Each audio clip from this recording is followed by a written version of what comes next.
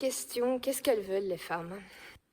Bon, je vous fais une petite courte vidéo. J'ai un truc qui me prend aux tripes quand j'entends des mamans qui parlent de leur couple. Et notamment le fait que le papa ne s'implique pas pendant la préparation à l'accouchement.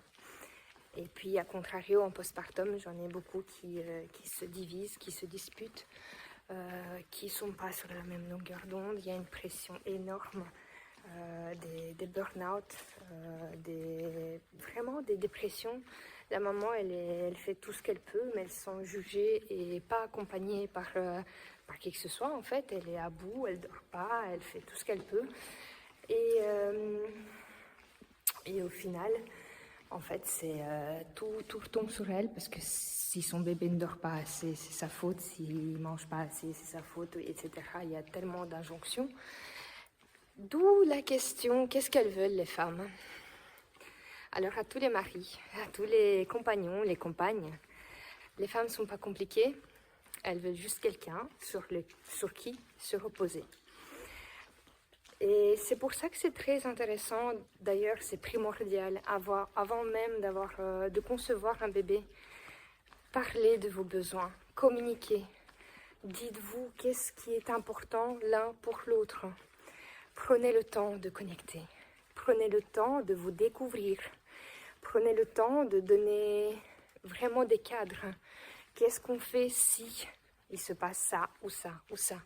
Dans le cadre de l'accouchement, le mari n'est pas, ou la compagne, n'a pas à être invité à assister à l'accouchement. Je reprends ça parce que c'est très important.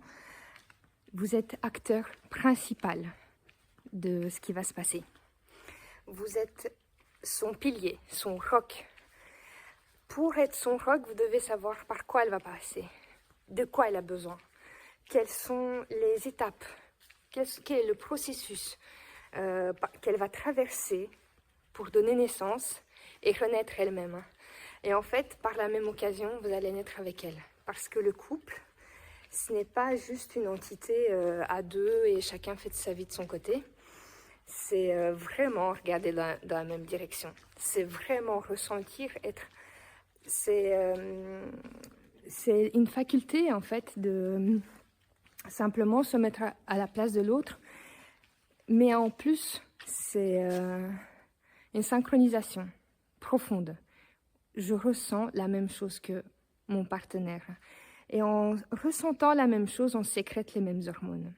D'ailleurs, il y a des études qui le prouvent. Pendant l'accouchement, les mamans qui sécrètent l'ocytocine, l'endorphine, etc., les papas également. Que ce soit même pour la montée de lait, même s'ils n'en ont pas la possibilité d'allaiter, et encore dans certains tribus apparemment oui, mais ça c'est un autre débat. Vous sécrétez les mêmes hormones, donc vous comprenez ce que la personne vit, en sachant de quoi elle a besoin, donc le processus par lequel elle va passer, vous allez pouvoir anticiper ce besoin. Anticiper également, donc dans la phase de désespérance, vous savez qu'elle va être à bout. Ce n'est pas grave, n'ayez pas peur. Sachez être un roc, sachez être cette montagne sur laquelle elle se repose, sur laquelle elle peut se laisser aller, parce qu'elle est en sécurité. Accoucher, c'est vraiment se sentir en sécurité et répondre à tous nos besoins physiologiques. Une fois que ça c'est fait, ça coule tout seul. Et donc, pourquoi? Qu'est-ce qu'elles veulent les femmes? Elles veulent quelqu'un sur qui elles peuvent compter. Pour pouvoir compter sur vous, compagnon, compagne.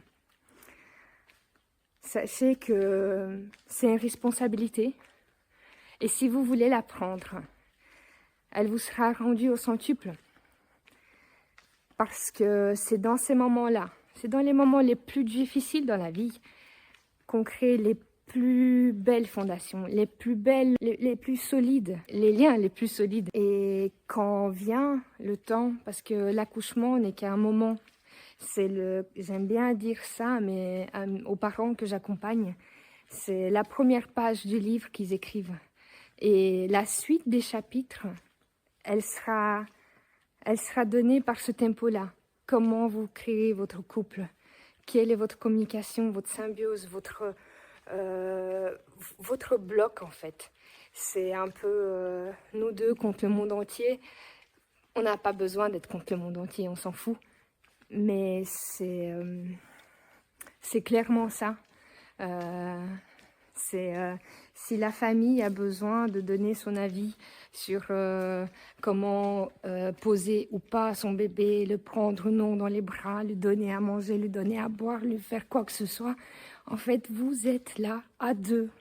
Et donc, cette sensation de plus participer à la vie de couple, c'est vraiment faire partie. C'est faire partie de ta tribu que tu prends en main, que tu diriges avec toute ton énergie. Et de cette énergie, on en a besoin. On en a besoin pour construire le monde. Si on continue comme ça va aller dans quel sens? Si on s'écoute et qu'on fait vraiment des belles choses ensemble, on construit des beaux êtres. C'est très superlatif et dans le jugement ce que je dis, mais vous allez comprendre. Un couple qui se sent bien, qui a des bonnes relations, qui sont bien établis, qui se respectent l'un l'autre, qui arrivent à se mettre à la place de l'autre, qui a de l'empathie. C'est un couple qui donne un exemple aux autres enfants. Et les autres enfants, ils vont grandir et ils vont être adultes un jour. Et vous allez donner le plus bel exemple, c'est le plus beau cadeau que vous puissiez faire à votre enfant. C'est de lui donner un sens. Comment se comporter, comment être, comment vivre, comment avoir sa place. Parce que c'est ça aussi, avoir sa place dans son couple, avoir sa place dans sa tribu, avoir sa place dans le monde qui construit dans la société. Donc voilà, c'est une petite vidéo pour vous dire qu'on a besoin de plus de liens, de plus d'empathie, de synchronisation et d'amour. Allez, ciao, à bientôt.